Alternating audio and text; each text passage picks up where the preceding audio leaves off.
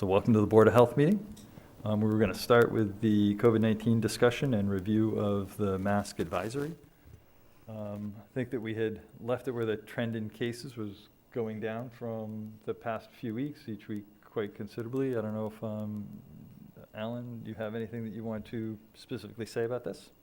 Just that the number of cases has continued to drop.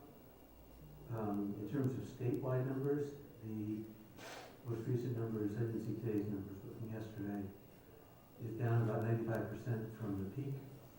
And peak is approximately when we put the mask mandate into effect, so that time frame. And then in terms of the Westborough numbers, there was a drop. I do have that numbers right in front of me. One second.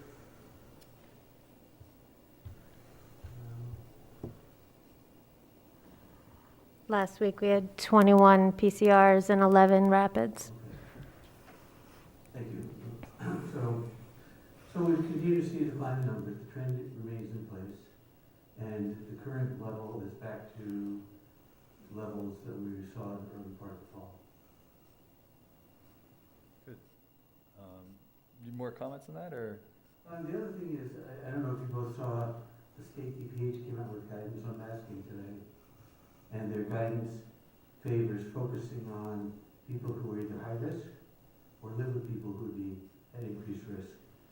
And this is consistent with what I was suggesting at the last meeting. After, in the course of the past week, we've obviously seen many municipalities at both local and federal levels revising their masking advice. CDC is still not changing their advice at this point, but my feeling is if the state DPH is now advocating what they are, I'm not sure why we would want to be more restrictive at this time for the state guidance.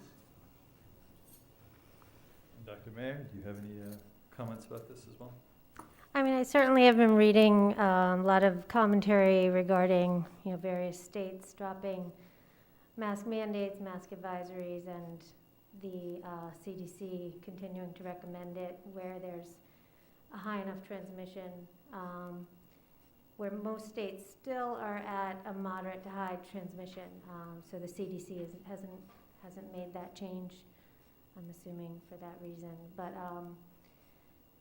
so I do see, there's that discrepancy between DPH and CDC, and a lot of specialists, infectious disease specialists, are still thinking indoor masking should be advised in public spaces. So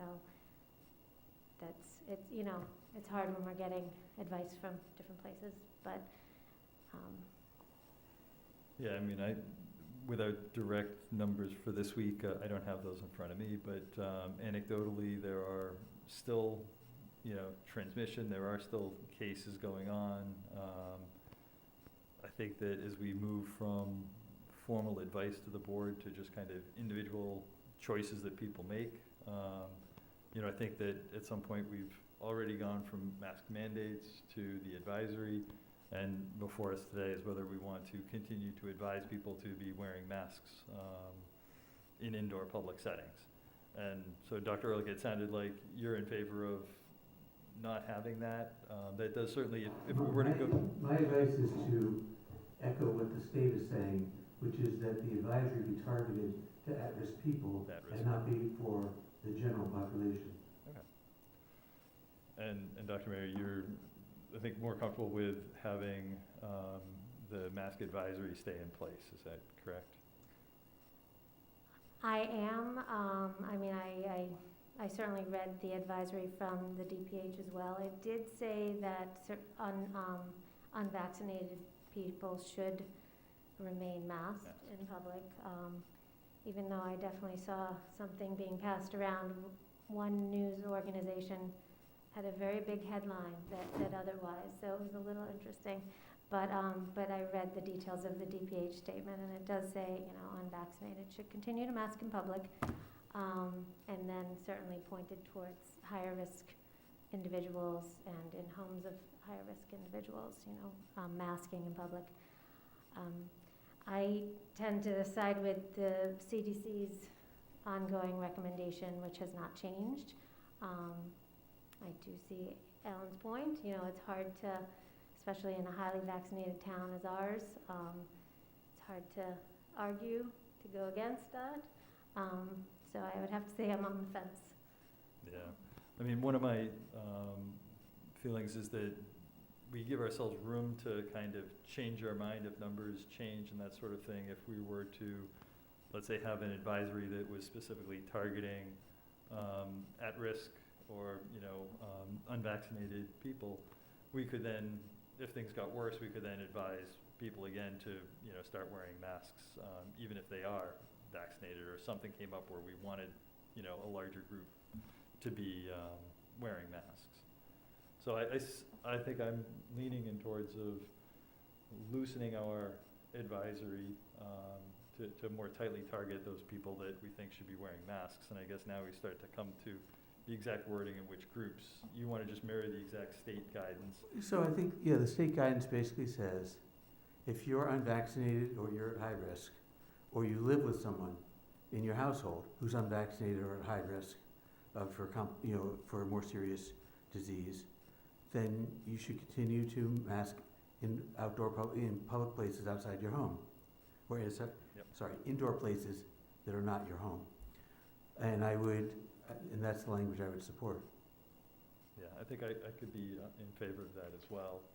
I mean, the other group of people, they certainly talk about continuing to mask is the people who were during those 5 days after they've tested positive or quarantining, that kind of thing. Certainly, I think anyone who tests positive Yeah. should be wearing a mask. The 5 days Sure, after and I don't disagree with any of that. I think that's, you know, that's a different category of people we're talking about, but if you want to include it, I would support that.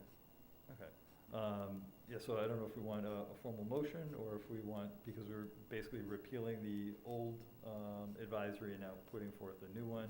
And Jen, you actually did a good job with the wordsmithing of the last advisory, and so maybe we can take that same approach this time as well. Does that seem reasonable for people? So first we need a motion to... I move that we revise our current mask advisory to be aligned with the advice from the Massachusetts Department of Public Health. And I make that subject to the caveats that we just talked about, to make sure that, because I haven't read the state advice, to make sure that it includes those, like the unvaccinated and those groups that we've talked about. Yes. Okay, good. Do we have a second for that? And I'll second it. So all in favor? Aye. Aye.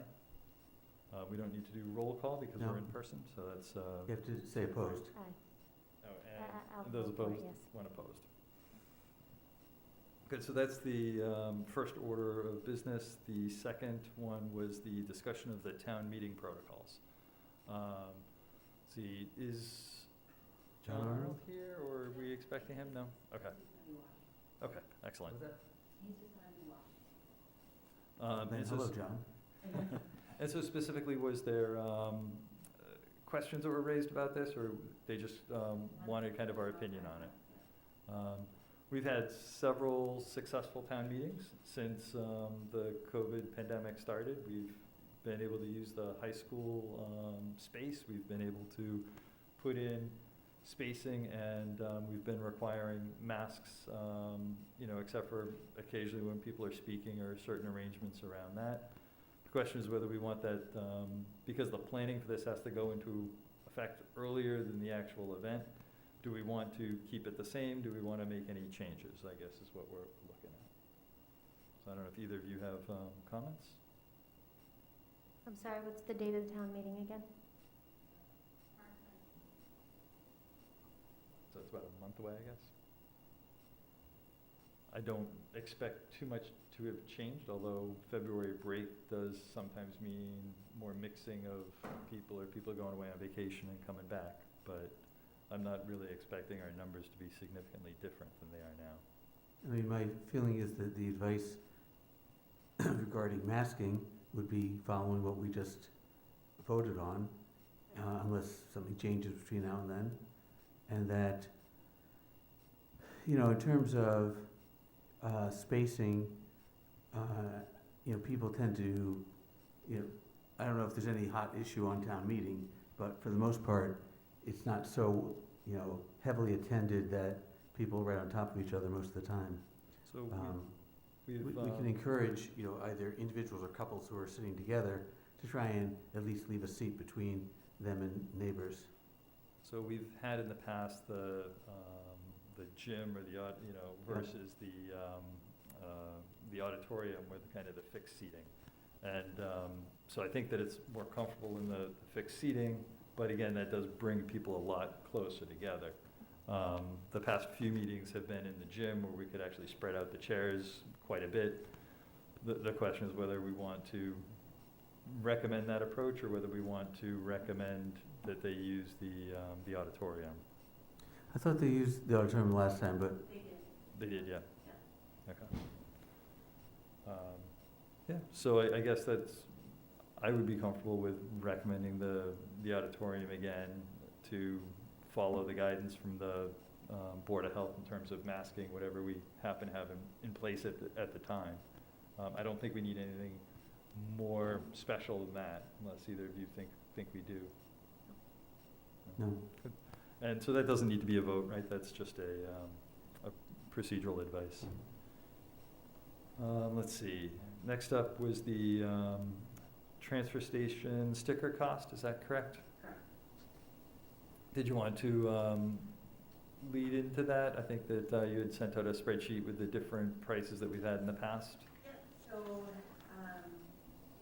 2016, 2018, you had, under 65 was 150, elderly was 65 and older was $70. 2018 to 2020 was set at 170 with elderly at 85, and then 2020 and 2022, it was 160 with elderly at 80. I know last year we had to increase the budget in front of town meeting because it was lower. So that's just something to look at when you're deciding on numbers. When you say it was lower, you're saying that The budget was, it wasn't funded enough. Okay. And so we expect that this year also, or this next 2 years, that the price will be in effect, will also be running less than we're expecting? Do you know that? I don't think so, as long as it's at least level funded. Okay. So I would be leaning toward trying to keep these costs the same as the time before. I'm not sure that we need it to go up this time. I know with inflation going on, people are getting hit all over, and our costs are going up, and this is kind of trying to look forward for basically the 2 years that this is in effect. So there could be an argument made for increasing it, but I think with this, just everybody's kind of hurting a little bit. I'd rather be reactive rather than proactive in terms of raising the prices, but interested to hear what you guys think. My only feeling is if 160 was not covering the costs during part of the year, and we had, taken a step to decrease, that maybe we should just go back to 170 and return it to where it was. That But- was my thought. What's that? That was my thoughts as well. Yeah. Okay. That makes sense, certainly. Okay. I move we make the transfer station sticker costs 170 for a 2-year period for those under the age of 65, and those or up to 65. And if you're 65 or older, it's $85. Excuse me. Do we have a second on that? I second it. Now, before we vote, Yep. We do have other transfer station fees. I think we sell a 1-month pass. Yes. Yeah, are we making any adjustments in that? Can you just at least let us know what those figures are? Do you have that? Yeah, so we were asked by the Waste Management Committee to not sell the 1-month pass. I'm sorry, can you just speak a little louder, or into the mic? Yeah.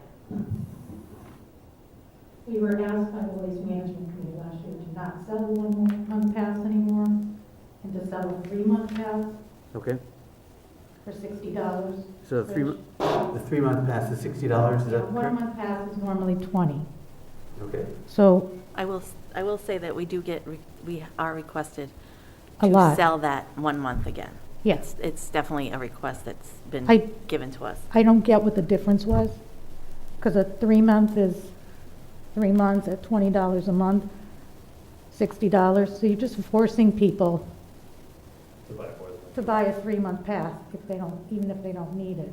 So we do have someone that I think wants to speak on this issue, so if you I want to could speak on this if issue. you want to if state you'd- your name and your address and then go ahead. Nathan Askew, 55 Fisher Street. So the reasoning behind the increase in the pass was to actually cut down on the waste that we were generating. We were finding that residents would, if they were doing a project, cleaning out their basement, whatever, they would buy a 1 month pass for $20 as opposed to a waste hauler, let's say. And so they would take advantage of the transfer station in that way. And so the 3 month was seen as a deterrent so that it wouldn't be seen as something to use as a project like that. 3 months, even though it's just $60, seems like more of a commitment. And so it was, for that reason, we recommended it. Yeah, I think that was why we had adopted that at the past to not sell the 1 month stickers. So right now, the 3 month is at $60, and the question is before us is whether we want to, go ahead. Just real quick, couple of complaints we had about that is people moving out of town and they want a 1 month pass and they have to buy a 3 month pass. So they're very upset about that. So we do get a lot of people, a parent has died, they're cleaning out the house, they live there, but they're moving. And that's the issue we're running into. I understand why, I totally understand what you're looking at, but you're not the one that has to tell the people and get yelled at because my family just died and you're trying to charge me all this extra money. I only want a 1 month pass, and they get upset. So I understand where you're coming from on the money end, but we're the ones in the office who have to deal with the people who are upset about it. So I don't know if there is something we can do for people who are moving out of town and are trying to clear out before they leave. I don't know, are we still gonna charge the 60? But that's where a lot of the angst in the office is. If people come in, we get yelled at because they think we're setting the prices, and we say, no, that's not us, this is the way it has to be. And so just to throw that out there, we do have issues with that in the office. Yeah, so I guess the other options that would be competing would be, as I think, Nathan, you had said, that, hiring their own waste hauler to come or to get a dumpster that they throw it all in and have the dumpster hauled away. And they'd be comparing the price of using the transfer station versus the price of, getting a dumpster. I understand. It's when people come up and say, I've been paying taxes in this town for 35 years and now I can do it in a month, but you want to charge me 3. Yeah. It's just what we hear. These are the things we hear since it's been changed. No, it's Can good I- that you bring these up, because it gives Yep. us a chance to hear it. Do other towns do monthly passes? Do we know? I'm curious. Where I live, we have to pay a fee to use the transfer station, a 1-day fee, and then we have to pay the weight going over the scale. We don't have a transfer station, so it's a little different. Not a lot of towns have a transfer station like Westborough does. Some towns you go to, and some of the ones that have been on the list that the Waste Management Committee has brought up are ones where the DPW runs a transfer station. They have somebody there saying, nope, that doesn't go there, that goes there. We have one person with 40 cars coming in at a time that works there, and so they can't always hit every car. So I think with the 1-day pass and that, I don't know if other towns do that. We definitely have a unique situation. Yeah. We definitely have a unique situation. We had recommended someone be put at the transfer station to be doing more Yeah. information. So I think that in terms of the 1 month versus 3 month, whether we should even offer the 1 month or not, is probably the first thing that we have to decide. And then we can decide on the prices that we set. My impression is that a dumpster rental, though, is much higher than the cost that we're talking about. It's not even close. Is that correct? That's Yeah. correct. Okay. That's correct. And so when it comes to a 1 month, use of the transfer station, those are the people that have some weird situations. One of the goals of the Board of Health, though, is to try to make sure that we're not just using everybody's taxpayer money to fund anything that goes on there, right? It's to kind of bring it closer to where it's self-sustaining. And part of that is that if there are some people that, are bringing 3 years' worth of stuff as they clean out somebody's house because somebody died to the transfer station, having it only be $20 is not necessarily what allows us to meet our costs. I pay $300 a year for my trash. I'm not trying to say that, I'm just saying these are the things we get. I'm playing Here. devil's advocate. I want you to hear both sides.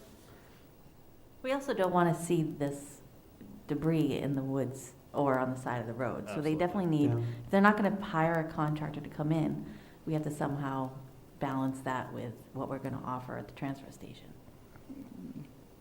Again, I would just argue that they're going to pay more money to get their trash bins returned to Harvey's than they would for a 3-month pass.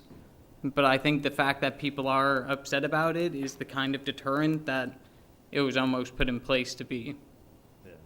Well, I'm not quite sure I would agree with that. I mean, our goal is not to get people upset. And I guess the thing is, it's very easy to think, okay, $60 isn't that much. The people it affects the most are the people least able to afford that. My feeling is there may be something in between. Maybe we go for a 2-month pass, and so the fee is still, coming closer to, covering the cost. But I'm just a little, if we're getting a lot of pushback about the 3-month pass and there not being any alternatives to that, I feel like that's something I want to be responsive to in some way. I think the 2-month pass and like a $40 type charge makes a lot of sense too. I'd be okay with that. Okay, well then, I think that it sounds like we'll do a 2-month and a 3-month pass, or are we just going to go with a 2-month and not have a 3-month pass? I mean, if both of you are in favor of a 2-month pass, the question is, how much logistics is it to do that both? I don't think we sell many 3-month passes. Okay, So if you want to do 2 months and then your year, I think that would, Yeah, and then I your think that'd be daily, Okay, 2 months. Okay. and your daily, don't forget. yes. And so with the, we just raised the cost of the 2-year sticker. If we were to have a 2-month and keep that level with before, it would be $40. The question is whether we want any increase in the cost of that, or whether we want to keep it at $40. On a prorated basis, it's still a fair amount, so I would keep it at 40. You comfortable with 40 as well? Okay. Is it 2 months? Yes. Yep, we'll do, And the day pass is gonna stay at, If they haven't discussed that oh, yet. sorry, So there's also a day pass. yes. There yeah, is. Which is currently 15. 1.5? Yes. Really? That seems fair. okay, let's see, I guess these are prices, so we do have to vote on this? Yes. Okay, so, we've got keeping the 1 day the same, Mhm. changing the 3-month to a 2-month and having that be $40, Mhm. and then the 2-year at, 170 and the over 65. 85. 5 at yeah. 85. And there are no discounts for seniors with the other categories, the 2 months Correct. and the Right. 1 day, that's correct. Okay, so all in favor? Aye. Nobody's opposed, because we're all unanimous. Good, so it sounds like that's what we're gonna do, is the 2-month pass. Yeah, I just had one other thing I wanted to bring up in this realm. I think we're still selling 2 stickers to households for the transfer station. I just wanted to bring it up that you might want to consider changing it to 1. The reasoning being, talking with people at the transfer station, they say it's not uncommon to see people who maybe got a sticker from a resident but live out of town. It could help explain why Westborough is happening to be so red and other towns are maybe not as much. I don't think that we have a policy in place to really have a sticker to resident thing, more of just a a We do have sticker? a policy, Yeah. so you have to show a registration, Okay, okay? But yes, someone could theoretically have two cars and only put their sticker on one of their two cars. But if you or anyone you know is aware of that, you should immediately let somebody at the health Yes. department know. They will have the police run the license plates of the cars that are showing up, mm-hmm. and those people will, we will take action. Have you considered a camera maybe to Go ahead, Ray. track license plate to sticker number to see if they're I mean, residents? This is not the first time it's come up before the board. Okay. And we've not yet decided to go that route. And I think that the general feeling from the public is that they really don't like to be monitored. Yeah. And just even regular private citizens here in Westborough, they just don't want, the police or the Board of Health tracking all the license plates. So at this time, So- even though I was one that brought it up before, I think I am not. I mean, it's so in still being favor done right now. selectively, but we did have a period of time when we had people stationed there looking for stickers, looking at license plates Mm-hmm. and whatnot, and it didn't really yield any material difference. So I think I- it may be more anecdotal, but if you are aware of any specific instance, let us know. I was again the one sticker change. I know in my household having two stickers would be fantastic, helpful. You can take either car, but Yep. a lot of families have a car that you would have to take that car to the transfer station. That's your household logistic thing that you would have to figure out, and it just opens up less room for abuse. I think your points are well made. I think that would help cut back. I think it cuts back at the convenience of some of the residences. And so, I don't know, I'll leave it to the other board members if we want to try to reduce the number of stickers to a household to a single person, or whether we, Whenever we've mucked around with this in the past, people come in and are pretty angry about it, so. yeah, I think that if we were even going to consider it, I would rather have that not be decided today, but kind of have this be, maybe one of the ones where we want public comment on. Yeah. But I'd be disinclined to actually be moving in that direction. And so unless there's strong push from the board itself, maybe we'll just table this idea until a time when it seems to come back up. Ray, we seem to be cutting you off. I can't quite tell when you want to speak I and think when you we had don't. had that issue before where when Steve and I were doing that, we found four stickers that were on out-of-town cars. We sent letters out, returned the stickers. People called and said, oh, can I get my money back? No, we charged a $100 fine to the person who illegally dumped. So that's what we had done in the past. We haven't had that many issues, like Dr. Ehrlich said. Steve and I spent about 15 to 20 hours over like a 6-week period checking cars for like 2 or 3 hours a day, and it was very minimal people who didn't have stickers. I think we found 3. The others were people who were doing recycling and, oh, it's on my other car. So that's when we had discussed about they have to make sure they have a sticker on their car before they pull through, and that's what we worked on then. So the only issue I have, it's not an issue because I don't live in town, I just work here. If we were to cut the number of cars, of stickers we go out, and we said, oh, only one per household, you just cut a lot of our financing, all the extra money comes in, because if people are using 2 cars and they're paying the $170 and the $85, that's $255, they're paying $255 for 2 cars, throwing out the same amount that if they only had 1 car. So they're paying because they want the ease of having, oh, my wife's out of town this week, I want to use my car. So I think it's one of those things, because we're always talking about money and cost. I think that's something we have to look at too. I mean, like I said, I don't live in town, so I can't make these decisions myself, but this is what I see as an outsider looking in. You also have the people who are out of town who are using the tax base to take care of their trash. But we haven't caught a lot of that. Nobody's notifying us. When we go and check these numbers, and we're finding it's not always that way. I hear it from down at the transfer station that's Is this from the attendant? Is it's this from the attendant. All right, well, we can have a I'm conversation. there with Kelly all the time, and Yeah, she's go never ahead. mentioned anything to me when I'm down there every week, so. Okay. Yeah, if you guys can address it with the Harvey's transfer station Yep. and maybe report back at next meeting, just whether we think that it requires further action from the board. Yeah, we can actually discuss that at our meeting. Okay. So thank you, Nathan. So next on the list is the hazardous waste day article and the town meeting warrant. And I was a little confused on one of the items that got sent out. I couldn't quite figure out whether the amount on the warrant was the correct amount or what that was referring to. So maybe you can give a little more context.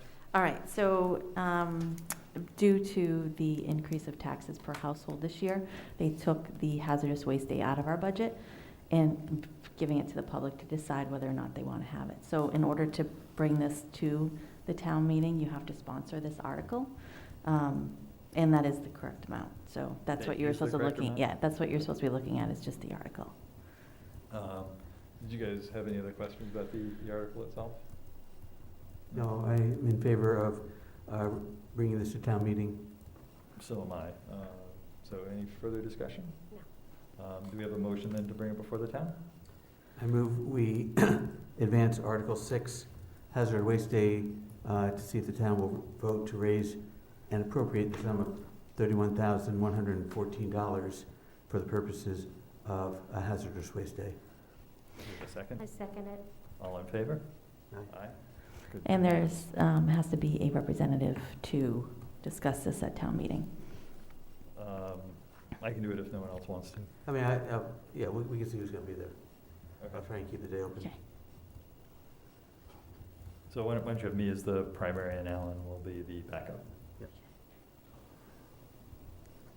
And so then we had moved the Waste Management Committee from 5:30 to right before we approved the minutes. We've actually moved through quite a few articles rather quickly.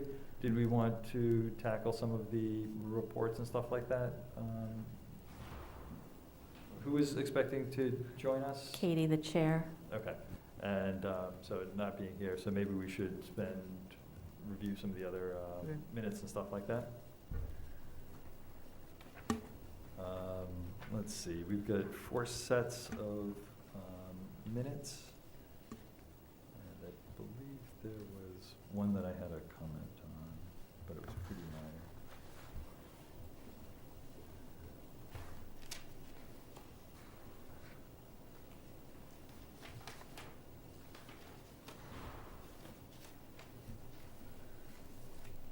Lost without my big screen. Congratulations, Ray.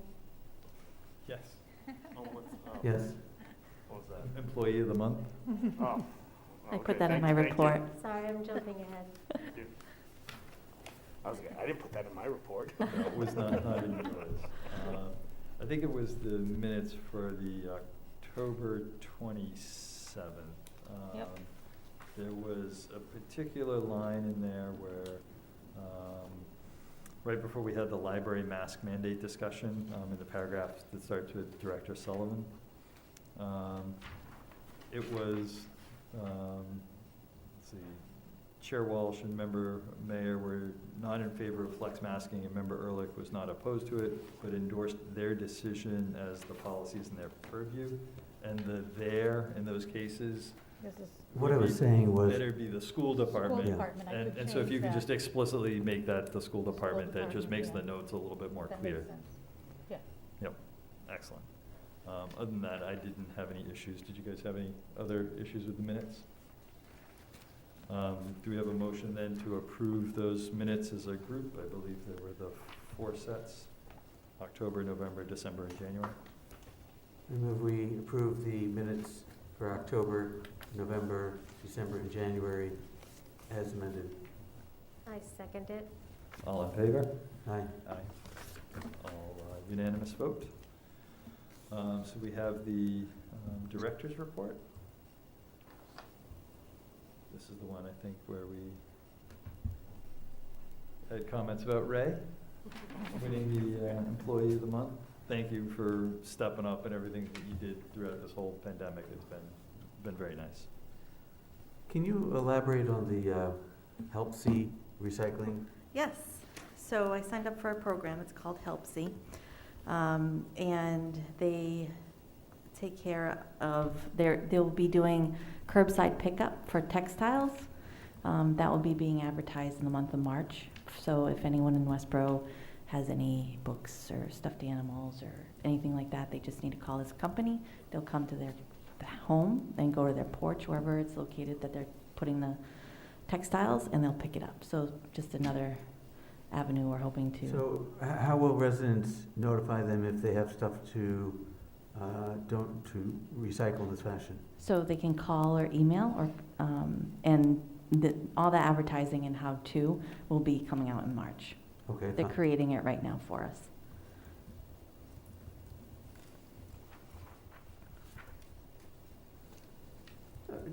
I don't know if this is related, but it looked like last time I was down at the transfer station, the Goodwill bins had been replaced by another company. Yes.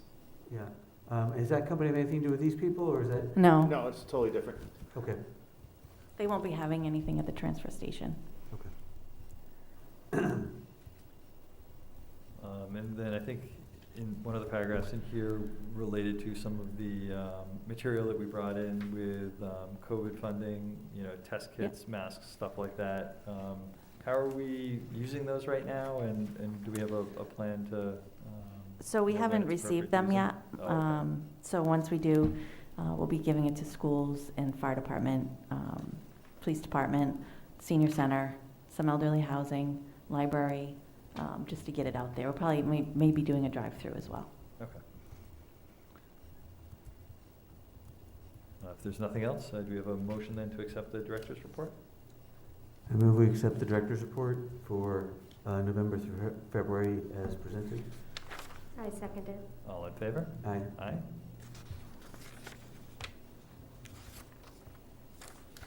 So now we have the Sanitarians Report.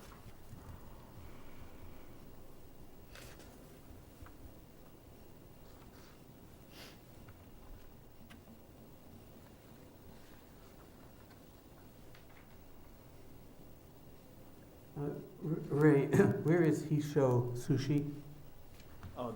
He shows sushi is inside Stop and Shop. Shop. Yeah, they had some issues, and then you went back to the reinspection, and Yes. they cleaned up all those issues. They had sent me an email, and then I went to check to make sure what they sent me in the email was correct. They sent me all the paperwork, showed me pictures in the email, and then I went back to make sure that they just weren't ghosting me, right? Like, I wanted to make sure it was there. Yeah, particularly of concern is when things are misstated, and I think that we had one issue with another The sushi place. next, where our we- next door neighbor here, Yeah. we had that issue, and you put him on probation for that. Yep. so. So this did not seem like it was No, that it sort of was, problem, though. what I ended up finding out is they had misdated for 5 days. So what I thought was them putting the wrong date, they had skipped the 3rd and they went like January 1st, January 2nd, January 4th. So they were doing it the correct day, but they had the wrong date at the top of the page. Yeah. But me walking in, seeing the wrong date, seeing the next day's date, which it was supposed to, that day's date that I went in, when it was actually done the day before. So they did, when I went back and looked, they showed me in the book that they had skipped a day. So they just put the wrong date down. Any other questions about the Sanitarians Report? Do we have a motion then? I move we accept the Sanitarians Report for November through February.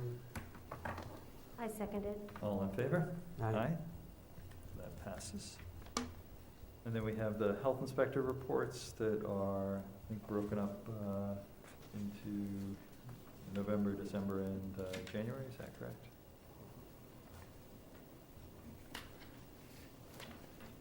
One thing that I noticed overall was that there's quite a few places that seem to have expired eggs in a way that I don't ever remember having that come up often. Is that just a difference in reporting, or is this that we really are finding that, No, I'm definitely finding it. They also, vendors have said that there's been issues with what they're receiving. So it's definitely an issue that's out there. Same thing with milk, that sort of thing. So we can't, it's tough, the establishment will say, well, it's been sitting here, but we just got it. So we look at the dates, and it could be the vendor that they're getting it from, shipping, all sorts of different things coming in. Yeah, there's a lot of supply chain Correct. issues that have Correct, yeah. been issues, and Yep. unfortunately, we're still, you know, if it's supposed to be sold by a certain date, it's supposed to be sold by that date, you know. Exactly. Regardless of where it's sat in a truck along the way. Exactly. Maria, can you give us an update on the Hunan Kitchen? What's the latest with them? So they had reached out to us, and Ray had sent them an email regarding some consultants through the state that speak their language, that maybe that's going to be easier for them. We haven't heard anything since then. Okay. And I've driven by and it's still closed. Yeah.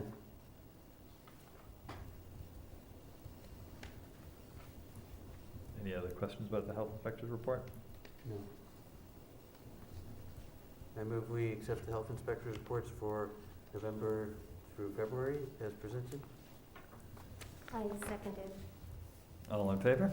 Aye. So we still have 10 or so minutes before 6:20, if that's when Katie's expected to come. I don't know if, Jennifer, you wanted to kind of go over any director's issues?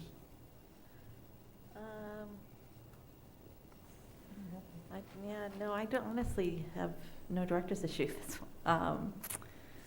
We do? Do you want to talk about ghost kitchens? Ghost kitchens. Go ahead. So, we've been finding that a few establishments in town have been having different vendors come in and use their kitchen and sell that food onto Grubhub or DoorDash or some kind of venue like that. Ray went in and did an inspection, and you can tell him what you found. Well, I had done an inspection before I found out about this and didn't notice anything different. I have reached out to managers from both. I'm actually waiting to call back for both of the restaurants we found are running these kitchens. It started during the pandemic, I guess, across the country. Some of these big name restaurants are using local restaurants or, chain restaurants to sell their food on DoorDash. So if you go into this restaurant, you'd never know they're selling other food. The problem is some of the food, one of the things in the food code is they're supposed to notify us if they change any kind of operation. Well, bringing in another restaurant is a change of operation. If they change their menu, well, one is going from Italian food to burgers, another one is doing pub-style food to Chinese food. So neither one had contacted us. So I've put in calls to both. I've talked to directors in other towns and other inspectors to see what they're doing. I talked to the state. The state said we can permit them. If they can be using the same staff, but if they are doing a different item than a different restaurant, then we should be able to permit them as a different restaurant. Because the issue is, the way we found out is Millbury had a foodborne illness complaint against a restaurant. They called Millbury Board of Health and noticed that we don't have that restaurant in town. And the person was adamant, yes, you do. And they said, no, we don't. I'm looking right here at the list. I don't permit somebody. Yes, they gave them the address and they said, no, that's this restaurant. Yeah, it's on DoorDash. So when they went on to DoorDash, they found the restaurant with the same, so that kitchen was making a different product. They called me to find out what I would do with it. I spoke with Jen, spoke with Maria. We called the state and tried to figure out what to do. So now I'm waiting for phone calls back. If I don't get them, I will be on site tomorrow at both restaurants. And we will be requiring a permit for those in using those kitchens. I think it would also be appropriate to be proactive and just reach out to all, have a standard email to all restaurants in town. If you engage in this, these are the rules. Yep. Okay, not a problem. Did you want to tell us which restaurants? Or Oh, sure. I mean, if you go to DoorDash and there's a restaurant called Wowbao, it's WOWBAO, Wowbao, and they are being served out of Uno's. I'm sorry, out of, Uno's Pizzeria. And if you go on to DoorDash, there's a place, it's Guy Fieri's burger place called Mr. Beast Burger, and that is being out of Bertucci's. So those are the two restaurants so far. What I did is I went to DoorDash and ran through all the restaurants and checked all the addresses in town to make sure there was no others. That it matched up, yeah. Yeah, so those matched up with those restaurants. I did reach out to the management. I haven't heard back. I will be going on site tomorrow. Okay. I mean, because if people are getting one permit and then just letting other people use it without, you know, any real controls or checks. What that means is that if there's a problem, the whole entire establishment is gonna get shut down. And so they end up assuming this responsibility for these other places that they have in there. And that's why we want them all to be separately permitted, so that we can be assured that everybody is working under proper food Yeah. code. Good, no, I think that sounds reasonable. Let's see, so we're still waiting for Katie though? Is that what you're saying? Yeah, she just called me, she should be here shortly, Okay, within a few minutes. We have another booster clinic coming up, offered at the school. It will be this Wednesday. I've been waiting for the invitation because the state's coming in to do it. They this have- is Wednesday, tomorrow? Yes, tomorrow. And I have yet to get that invitation for people to sign up. And if I don't, I will be reaching out to them to prolong it for another week. But usually it fills up very quickly, so I'm not worried about if we do get it late. I'm sure it will be filled, but I have yet to be able to send anything out. So. This is school-age children from KL Web through 12? Or? Yep.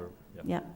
And then the plan will be when the vaccine is available from 6 months to up to 5 years, I will have another clinic then as well.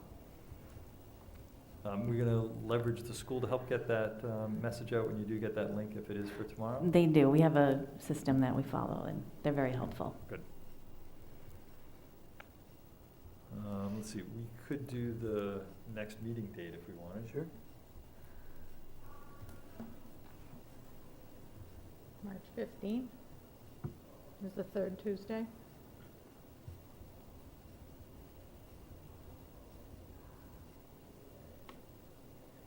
Seems like it'll work for me. Is it a conflict for either of you? You're shaking your head yes. Yes, Yes it to a works. conflict, yes to it's okay. It's okay. Okay. Good, so why don't we plan then our meeting date for March 15th?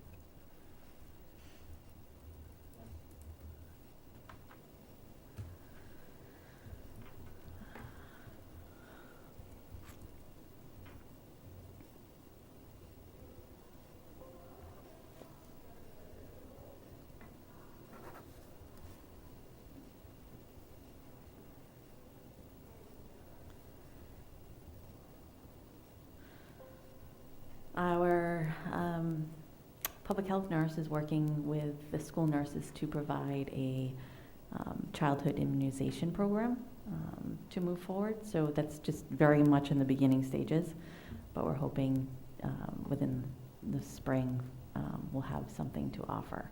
This is more about education, or this is more about the logistics of how you go about and doing it? or- Actual vaccines, the regular children vaccines that for people to have no insurance. Oh, okay. That's great. The one. That's the program that we had talked to you about before, bringing it back. It stopped during COVID. Okay. You looked over like, isn't No, that no, something we did?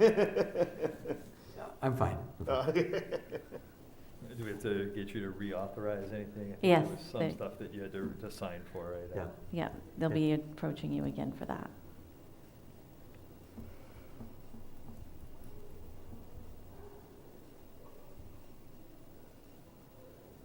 In the past, did they offer all vaccines or just the flu vaccine? There's 9 vaccines. Okay, And actually, when we had approached Dr. Ehrlich before, we went to, Dr. Ehrlich had said maybe if we go through the schools, so I actually use the school doctors. There's 3 doctors they use. So they're the ones who'll be signing off on that. Oh, Because I think last time when Steve had talked to you about it, you weren't sure because you weren't gonna be around and, they were doing it on Tuesday nights and Yeah. I think you had asked if they'd go through the school first and if not, then you would sign off. Yep. I think it's like TDAP and all those, there's Yeah. a Yeah. whole stack of them that they do.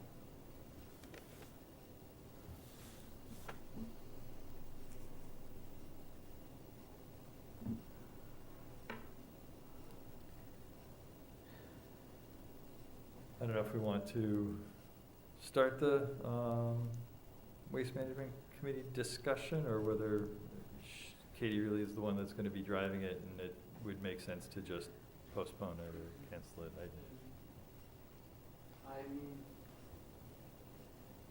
I can start, and I'm sure Katie's going to be close by. I don't know if we had slides. I think she intended to send some. She hasn't sent us No. anything. Okay. So I think we had appeared before the Board of Health before. Mostly our request is for the interest form.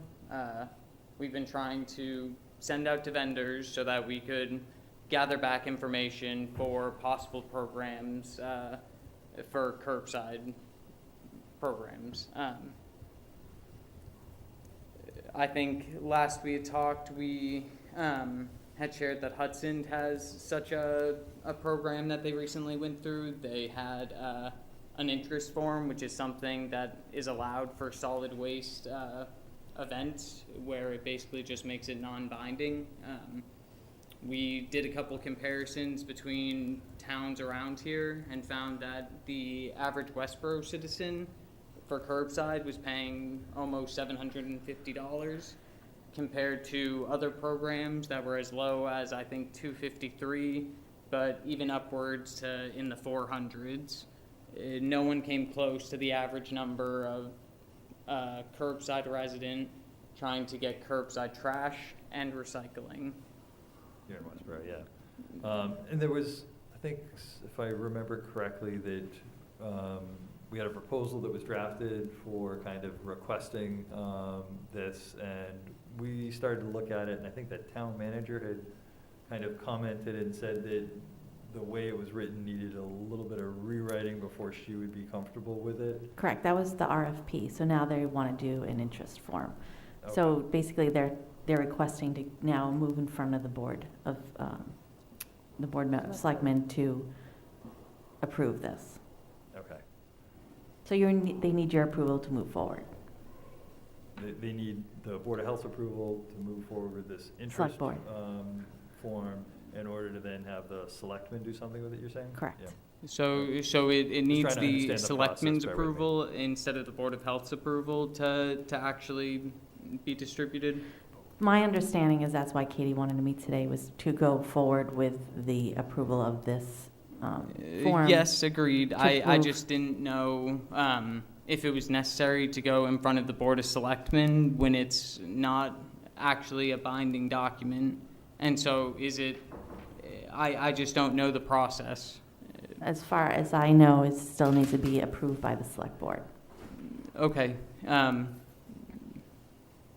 you explain why? I'm sorry. I honestly, I don't know what the protocols here. This is what I've been told, but I can look further into it and get back to whomever. Okay. Where do you recall the person who told you the direction for that? Christie, the town manager, Christy? yeah. So we had just started this discussion here, so if we wanted to hand it over to Katie, we could certainly do that, just to kind of give us, we had Nathan give us some background already.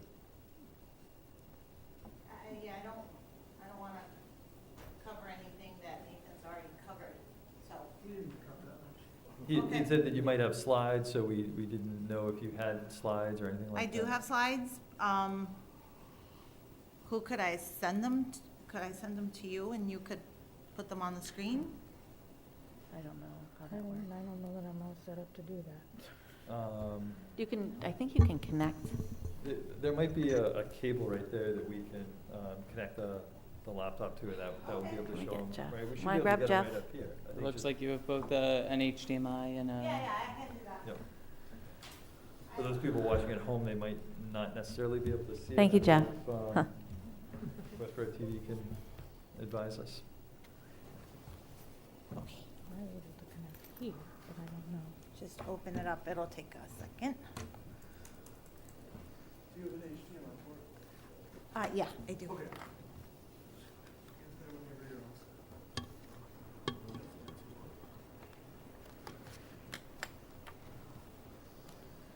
Yeah, I was coming from my work in Newton, so I had to get here.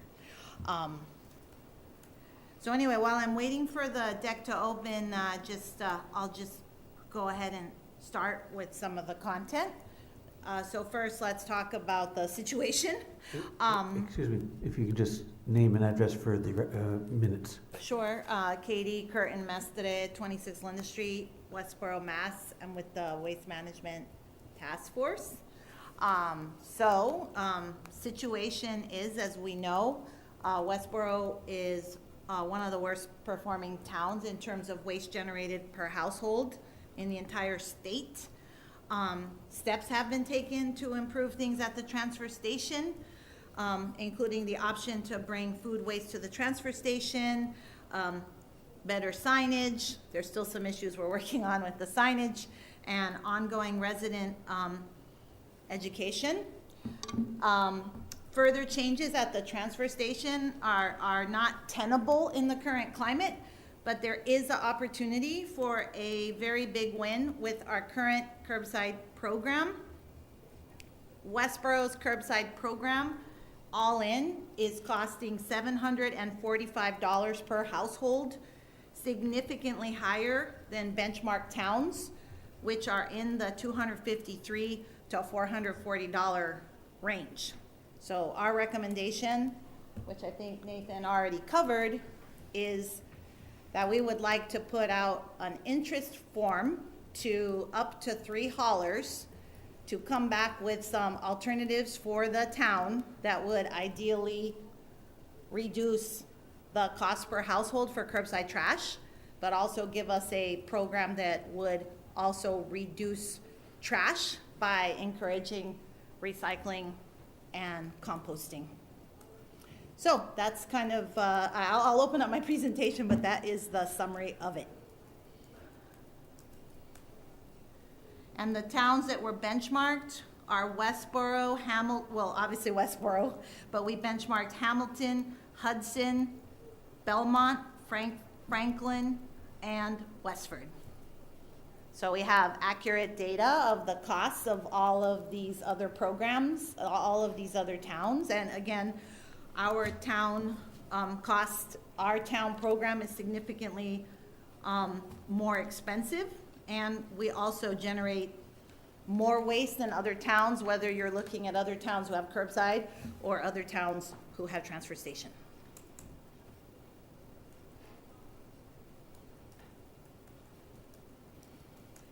Any questions or comments? Not so far, at least not by me.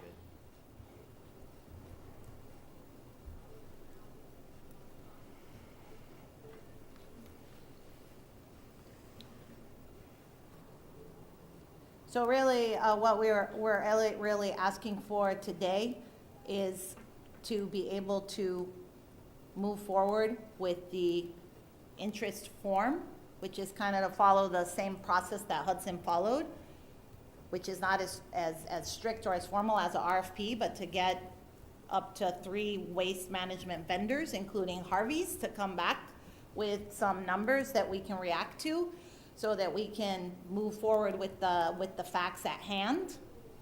That's basically what we're requesting today.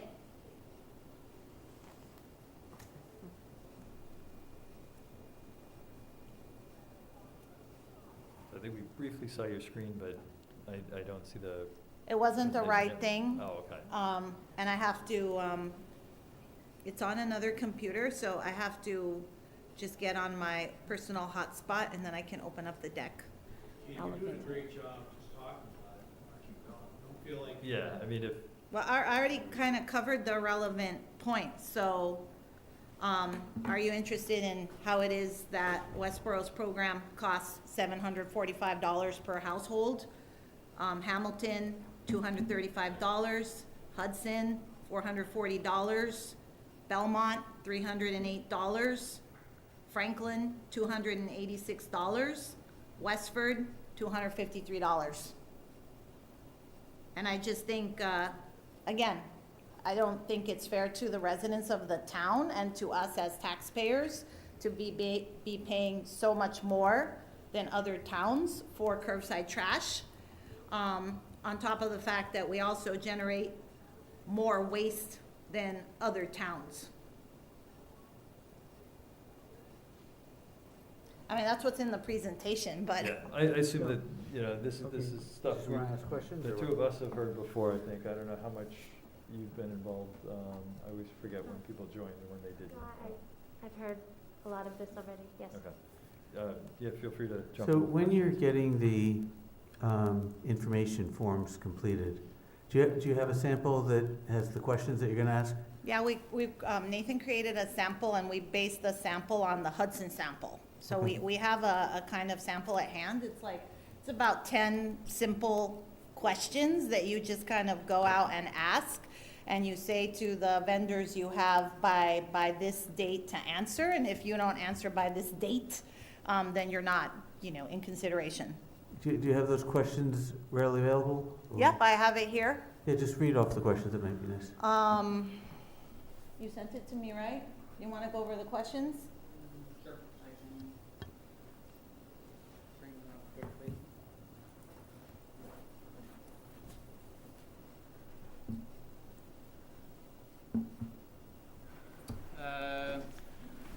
Would you like me to read the intro to it, or just jump into the I just want the questions? questions, really. Yeah. How quickly could you start a townwide curbside pickup program? What experience do you have running such a program or a similar program?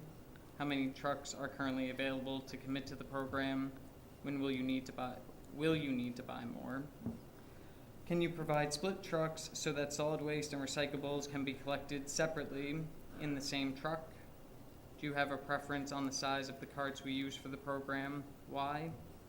Is there a minimum number of households you would need in the program? Why? What type of payment system to you from the town do you envision? Would you be flexible on how you are paid at the inception of the program as the number of household fluctuates? How much would you charge the town of Westborough? What would you think the town in turn should fairly charge to each household? Do you have any thoughts on how households should be billed? Assuming we ask you to collect waste and recyclables weekly, what days would you actually do the collection? Why? What would you do if you discovered a household recyclables in the solid waste cart on a regular basis? What other specific resources can your company bring to this program? This is pretty much what Hudson used, and Hudson basically used this questionnaire that they asked to institute their current curbside program. Their curbside program is weekly curbside trash and recycling, 65-gallon cart, and it's coming in at $440 per week. That's paid by the households. It's not being subsidized by the town. The only thing that the town is doing the payment quarterly, along with the water bill. Unlike Hudson, we do want to add food waste. In talking to other towns, the way other towns are doing the curbside composting is a company like Black Earth is probably not big enough to take on another town, to take on a whole town. So what some of the other towns are going to do is have their hauler pick up the food waste and then take it to whoever is the ultimate composting vendor, which could be like a Black Earth. So for the food waste, it could be one vendor doing the pickup, ultimately taking it to whoever handles the food waste. And I know that that's something that, can't remember which town I spoke to, but I think they were looking into doing that for Belmont.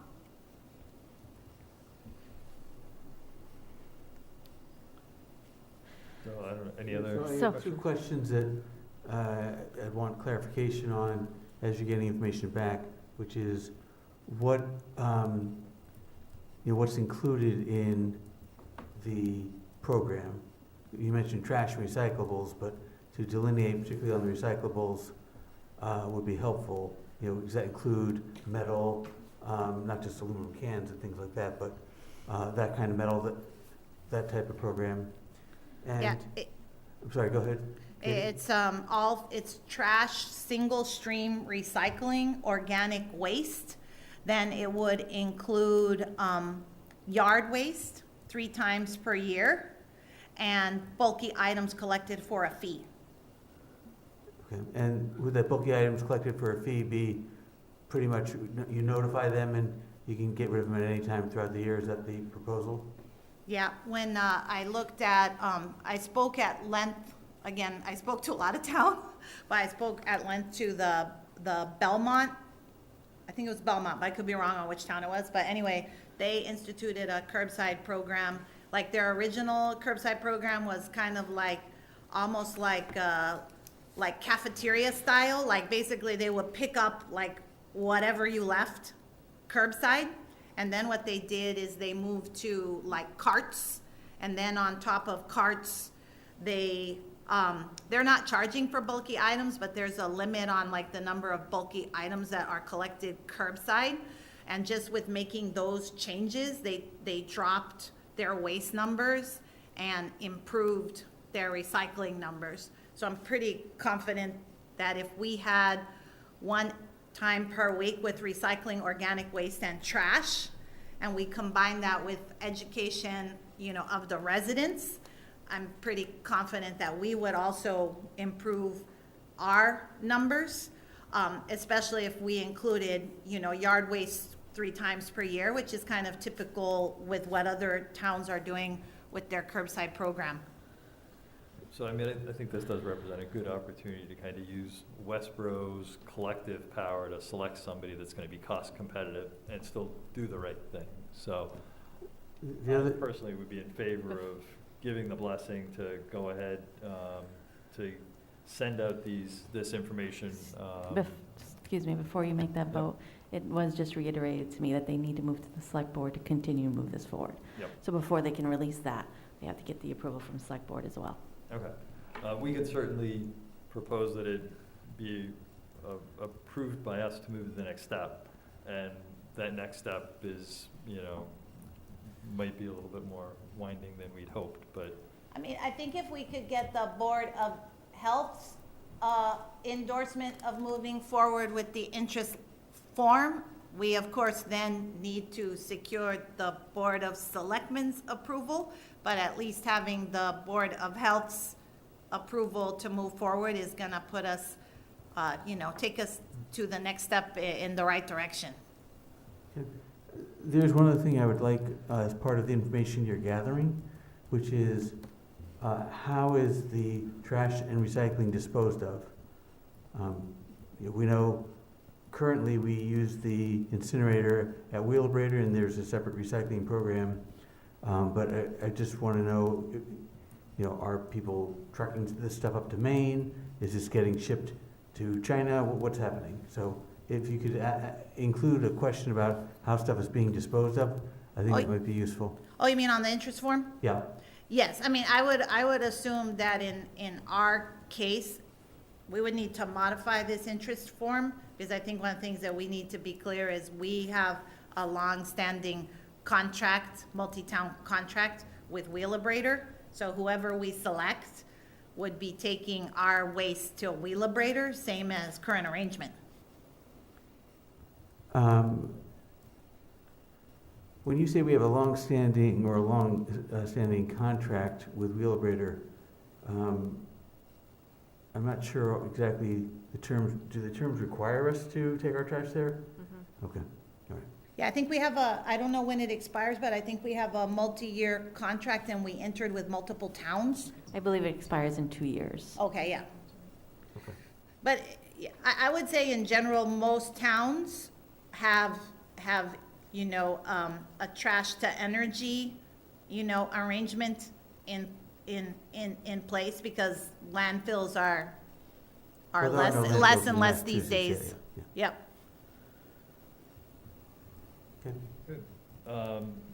So unless there's more discussion, I think a motion to give the committee the approval to take the information form or the interest form to the next stage. Yeah. So I'll make that motion. Do we have a second? I second it. Okay, all in favor? Aye. Good. So you've got our endorsement of the taking this to the next step. I think that Dr. Ehrlich had add in that one extra, was it just one extra question about the, or was there Just something else? being clear, just being as explicit as possible about what's included, what's excluded, particularly on the recycling end of things. And I'm just, if it's all gonna go to Wheelabrator, then I don't care. Yep. The trash will go to Yeah, Wheelabrator, yeah. and then the recycling would go to whoever, like, some of these vendors are MRFs, and some of the vendors take it to someone else. Yeah, that's fine. Okay. All right, thank you, guys. Thank you, we appreciate it. Thank you. Keep Sorry up for the the, good work. didn't have everything ready to go. Thank you. That's all right. If there's anything else we need to discuss, then a motion to adjourn would be appropriate. Would we adjourn? All in favor? Aye. Thank you, everyone. Have a good night. Thank you.